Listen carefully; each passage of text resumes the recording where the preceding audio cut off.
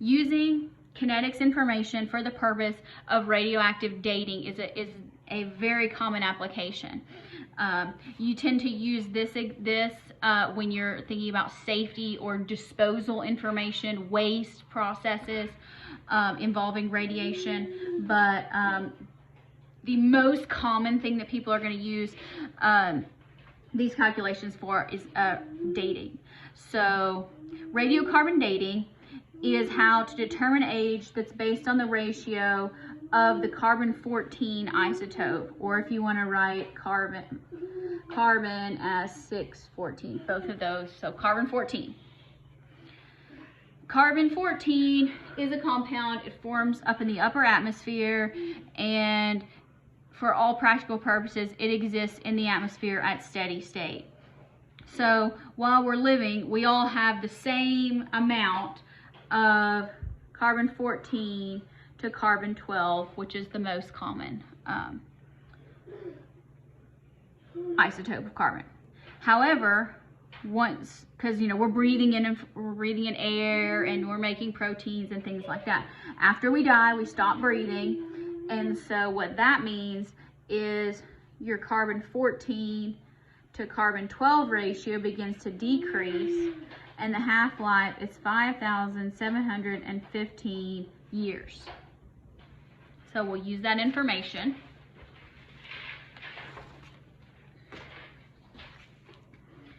And what they'll do is they'll calculate a ratio when an archaeologist finds artifacts or something, and then they'll plug it into the radioactivity equation and determine the age. There is a limit on how well carbon-14 dating works. Remember how I told you that really after about 6 half-lives, it's pretty negligible. In this case, they're going to give you about 9 half-lives, but once you get anything beyond about 50,000 years old, carbon-14 dating is unreliable because you're getting down into such small fractions. So let's see what this is going to look. A skull is believed to belong to an ancient human being. It has a decay rate of 4.5 disintegrations per minute per gram of carbon. And if living organisms have this decay rate, how old is the skull? All right. Well, we know that we can take our natural log. So again, we're talking about rates. So final rate, so that can be rate at time t, over our initial rate, and that equals negative kt. Do we have k? We do not, so we need to find k. So we know that half-life, 0.693 over k. The half-life of carbon-14, 5715 years. 0.693 divided by k. So let's figure that out. 0.693 divided by 5715. 1.213 times 10 to the negative 4th per year.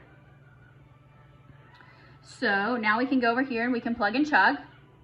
So our natural log of our final, so we can just say 4.5 or 4.50. Our initial 15.3. Again, this is a ratio as long as these are in the same unit, so disintegrations per minute per gram. All we care about is the number. So, because the units are going to cancel out. That's what we like. This is a 0, not a p. Equals negative 1.213 times 10 to the negative 4th per year times time. So, let's take natural log 4.5 divided by 15.3. And now let's divide by negative 1.213 times 10 to the negative 4th. you should get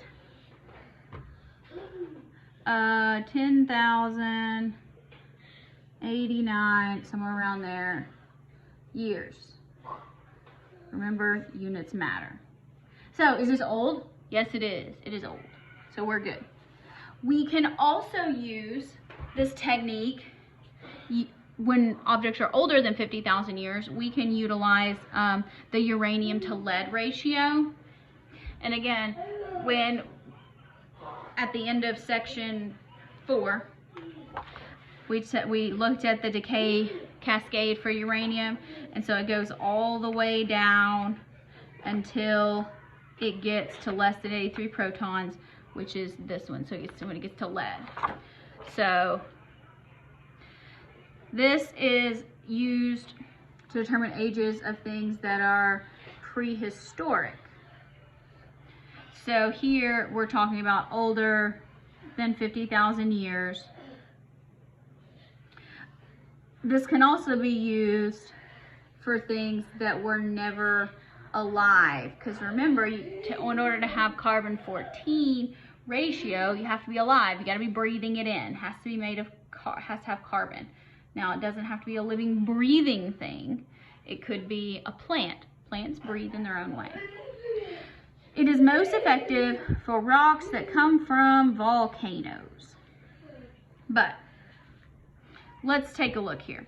It uses the ratio of uranium-238 to lead-206, which is the final product of the uranium cascade. The half-life, 4.5 billion years. Now, the lead that comes from the radioactive decay, this is important, is a different isotope than any lead that happens to be present during the formation. So we're not going to get misleading. So lead-206 basically only comes from the decay of uranium, or, you know, a radioactive process. Because if you look on the periodic table, most lead is going to be lead-207 or higher, you know. So here we go. Let's look at a meteor. It has 0.556 grams of lead-206 per 1 gram of uranium-238. It didn't have any at the time of its formation. We're making that assumption because we weren't there. So let's calculate how old it is. Here it gives us the half-life. So the first thing we need to do is we need to calculate K. 0.693 divided by K. So 4.5 times 10 to the 9th years, 0.693 over K. So K is going to be a tiny number. 0.693 divided by 4.5 times 10 to the 9th. So I get 1.54 times 10 to the negative 10th per year. Now, let's plug and chug. Natural log of our final over our initial equals negative KT. Oh, that's an equal sign. So natural log of our final 0.556 grams over 1 gram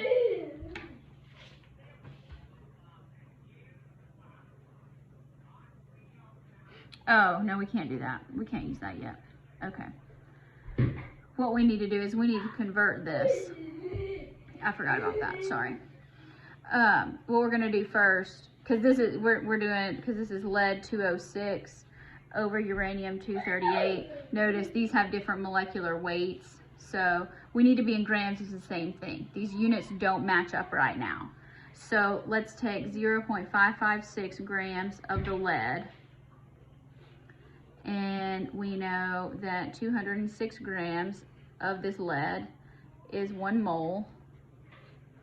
And we know that every 1 mole of lead gives us 1 mole of uranium, because they decay at 1 nucleus of uranium produces 1 nucleus of lead according to the cascade. And we know that 1 mole of uranium is 238 grams. So here we need 0.556 times 238 divided by 206. So 0.642. So here, this is now going to be 0.642 grams of uranium. You could also, if you wanted, put things in terms of, well, you shouldn't do it in terms of 206 because originally there's none of it. You don't want to divide by 0. But theoretically you could if you wanted to. You would say 1 gram of uranium should ultimately equal however much of this it is. So negative 1.54 times 10 to the negative 10th per year times time. So let's do natural log of that over 1, which is probably itself.